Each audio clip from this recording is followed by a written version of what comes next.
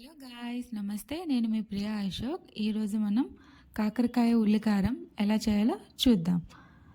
ఒక ప్యాన్లో ఆయిల్ వేసి నేను చూపించిన విధంగా కాకరకాయలను కట్ చేసుకొని అందులో ఉన్న విత్తనాలని సపరేట్ చేయాలి.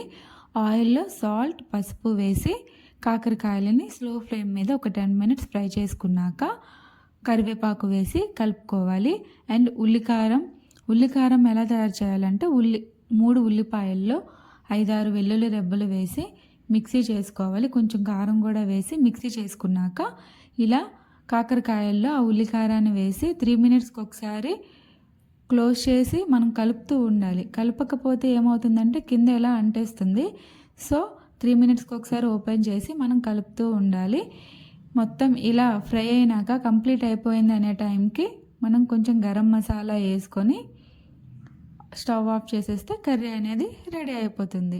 Thank you for watching. Please subscribe my channel.